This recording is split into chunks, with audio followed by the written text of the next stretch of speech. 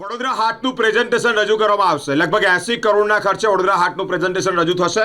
એક બેઠક મળી, પ્રથમ બેઠક મળી કેન્દ્રીય કેબિનેટ મંત્રી નરેશભાઈ પટેલની અધ્યક્ષતામાં જિલ્લા કક્ષાની આ બેઠક મળી, જેની અંદર વિકાસલક્ષી કામોની ચર્ચાની સાથે સાથે વડોદરા હાટ જે કરોડો રૂપિયાના ખર્ચે બનવા જઈ રહ્યું છે તેની પણ અગત્યની ચર્ચા કરવામાં આવી છે. વડોદરા જિલ્લા કલેક્ટર કચેરી ખાતે કેબિનેટ મંત્રી નરેશભાઈ મગનભાઈ પટેલની અધ્યક્ષતામાં વિશેષ પ્રથમ બેઠક યોજાઈ.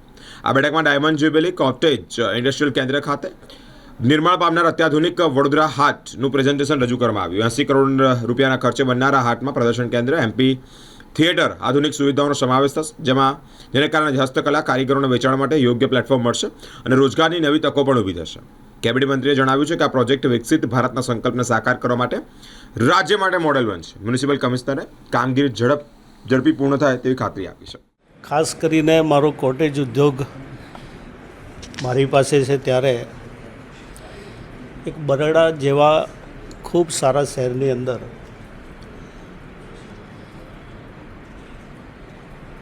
અર્બન હાટ બજાર ભવિષ્યને ધ્યાનમાં રાખીને બનવાનો છે. 80 કરોડ રૂપિયાથી પણ વધારે રૂપિયા આમાં ખર્ચાવાના છે.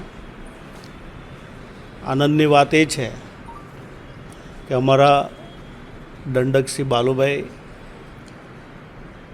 અહીંયાના અધિકારીશ્રીઓ અને આખી ટીમ, એમના ઉત્સાહપૂર્વક, આમ તો મારા વિભાગનું કામ છે, તેમ છતાં એ લોકો પૂરક બની રહ્યા છે.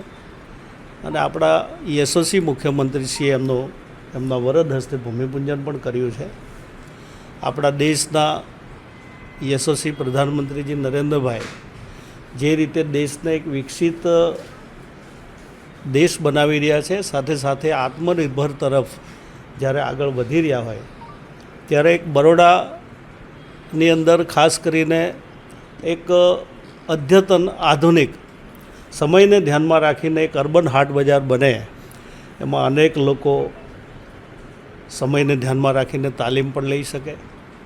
એ લોકોના જ દ્વારા બનેલી કોઈ પણ આઇટમો એ બરોડાના શહેરના જ લોકોને, આજુબાજુના લોકોને ગમે એવી પ્રકારની અનેક વસ્તુઓ અહીંયા જ વેચાય. એટલા માટે તો આપણા આદરણીય નરેન્દ્રભાઈ મોદી સાહેબ કહે છે કે વોકલ ફોર લોકલ, એને ખૂબ મહત્ત્વ આપી રહ્યા છે કે જેથી સ્થાનિક લોકોને રોજગારી પણ મળે અને સ્થાનિક લોકો જ જો ખરીદી કરશે તો સ્થાનિક જે આપણા કારીગરો છે, જેમની પાસે હુનર છે, એને પણ ખૂબ સરસ મજાની રોજગારી મળી રહે. એવા એક શુભ હેતુ સાથે આ હાટ બજાર બનવાનું છે. અમારી આ પ્રથમ બેઠક છે, મારો વિભાગ છે, અને જ્યારે અહીંયા કોર્પોરેશન પણ ખૂબ ધ્યાન આપી રહ્યું છે. મારા MOS સૌરભજી બી આજે અહીંયા ઉપસ્થિત છે. પૂરા પ્લાનનું અમે પ્રેઝન્ટેશન જોઈ લીધું છે. ફરીવાર પણ મિટિંગ રાખીશું. આજે મારા વિભાગ દ્વારા જે 200 સ્ટોલ સાથેનો એક મેળો અહીંયા અત્યારે 5 વાગ્યા એનું અમે ઉદ્ઘાટન કરવાના છે. એ પણ સાથે સાથે હું આશા રાખું છું બરોડા શહેરના લોકો, આજુબાજુના લોકો એનો પૂરેપૂરો લાભ લે.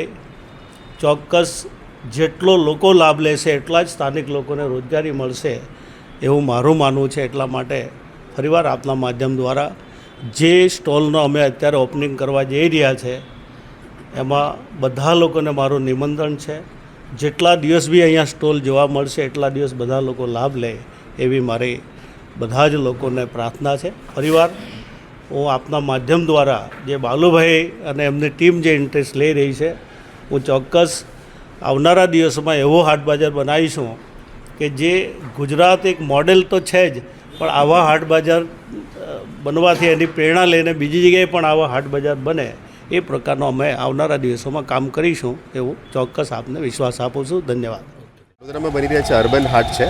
અત્યારે લક્ષ્મી વિલાસ પેલેસની ઓપોઝિટમાં જે જમીન છે ત્યાં જે ખાતમુહૂર્ત થઈ ગયું છે, આનું કામગીરી શરૂ કરવાનું અને વહેલા તકે એનું કામગીરી લઈ જવા માટે જે મિટિંગ હતી, માનનીય મંત્રી શ્રી કુટીર ઉદ્યોગ અને આદિજાતિ વિકાસના તરફથી મિટિંગ લેવામાં આવી હતી. એમાં કોર્પોરેશન, કલેક્ટર શ્રી, DDO અને ધારાસભ્ય શ્રી બાલુભાઈની હાજરીમાં મિટિંગ થયેલી હતી.